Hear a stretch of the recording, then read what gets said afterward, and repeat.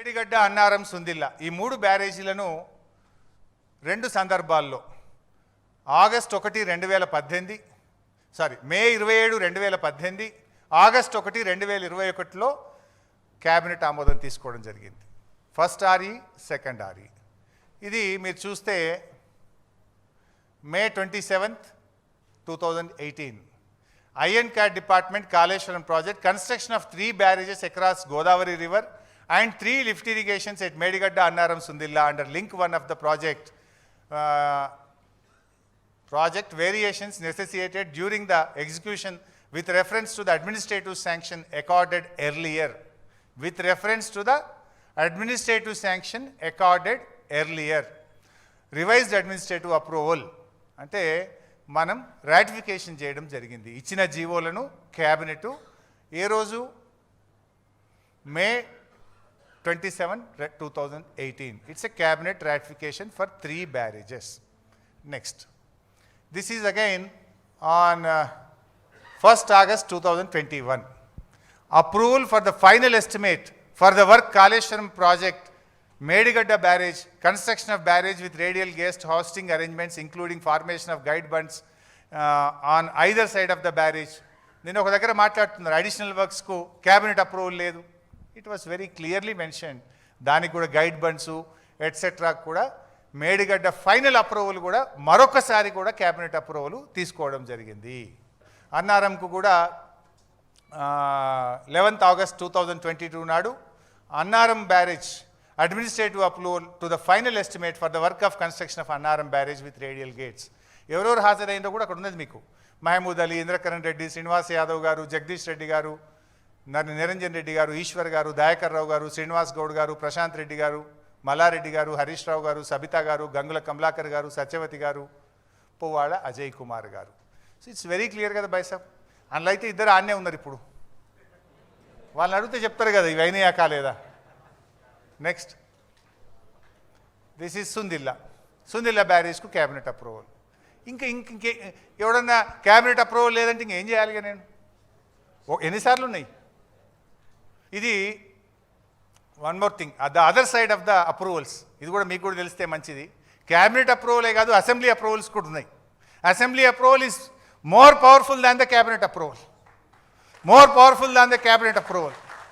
So governor గారి ప్రసంగం 10th March 2016 Narasimhan గారు, గవర్నర్ గారు అసెంబ్లీలో ఉభయ సభలను ఉద్దేశించి మాట్లాడిన ప్రసంగం. అయితే మీకు ఒక ఐడియా ఉండాలి, గవర్నర్ ప్రసంగం ఎవరు తయారు చేస్తారు? ప్రభుత్వం, cabinet. It is approved by cabinet. అంటే గవర్నర్ ప్రసంగానికి కూడా క్యాబినెట్ అప్రూవల్ ఉందంటే గవర్నర్ ప్రసంగంలో మెన్షన్ చేయబడిన కాళేశ్వరంకు కూడా క్యాబినెట్ అప్రూవల్ ఉన్నట్టే కదా ఒకటి. And it is approved by governor.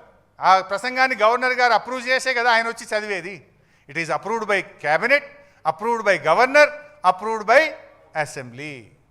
So ప్రాజెక్టులు సరళీకృతం చేయడానికి కీలకంగా సమీక్షించి అవసరమైన చోట తిరిగి డిజైన్ చేయడం జరిగింది. అంబేద్కర్ ప్రాజెక్ట్, కాళేశ్వరం ప్రాజెక్ట్ అని దాని గురించి ఆయన స్పష్టంగా తన గవర్నర్ ప్రసంగంలో కూడా చెప్పారు. Next, this is finance minister Rajender గారి ప్రసంగం. మీకు కూడా తెలియాలి, ఫైనాన్స్ మినిస్టర్ బడ్జెట్ ఎవరు అప్రూవ్ చేస్తారు? క్యాబినెట్ అప్రూవ్ చేస్తుంది. క్యాబినెట్ అప్రూవ్ చేసిన తర్వాత ఏడికి పోతుంది? అది గవర్నర్ దగ్గరికి పోయి గవర్నర్ సంతకంతోనే ఆర్థిక మంత్రి బడ్జెట్ను అసెంబ్లీలో ప్రవేశపెడతాడు. అంటే ఫైనాన్స్ మినిస్టర్ స్పీచ్లో కూడా స్పష్టంగా చెప్పబడ్డది, ఈ అవగాహన ఫలితంగా గోదావరిపై మేడిగడ్డ, ప్రాణహితపై తుమ్మిడిహట్టి, పెనుగంగపై రాజుపేట, చనాకా కొరాట, ఇవన్నీ ఇట్లా పాలమూరు ఎత్తిపోతల పథకం, ఉత్తర తెలంగాణకు కాళేశ్వరం ప్రాజెక్టు ద్వారా, దక్షిణ తెలంగాణకు పాలమూరు ఎత్తిపోతల పథకం ద్వారా నీళ్ళు ఇవ్వాలని నిర్ణయించినము అని ఆర్థిక మంత్రి తన ప్రసంగంలో అసెంబ్లీలో చెప్పారు.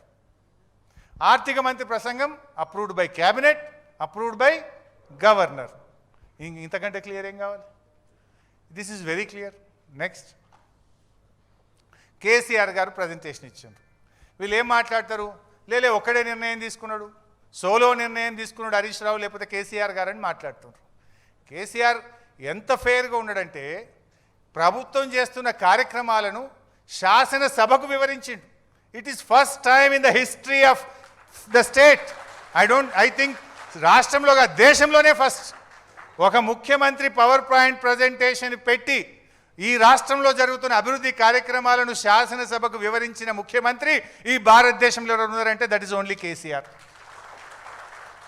ముఖ్యమంత్రి గారు స్వయంగా 31 మార్చ్ 2016 పైన ఉంది, 31 మార్చ్ 2016 నాడు వీడియోలో చూపిస్తూ, ప్రొజెక్టర్పై ఆ ప్రాంతాన్ని చూపిస్తూ, ఇది మేడిగడ్డ రిజర్వాయర్, అక్కడి నుండి ఇక్కడి దాకా లైవ్ వస్తుంది, ఈ మార్గంగా మనం సుందిల్లా అన్నారం బ్యారేజీలో నీళ్లు తీసుకుంటాము, సుందిల్లా బ్యారేజ్ దగ్గర నీళ్లు ఉంటాయి, ప్రొజెక్టర్పై ఆ ప్రాంతాన్ని చూపిస్తూ దీని నుంచి దీంట్లో నీళ్లు పోస్తే ఎల్లంపల్లి దాకా మనకు నీళ్లు ఉంటాయి, ఎల్లంపల్లి ఆల్రెడీ కట్టి ఉన్నది.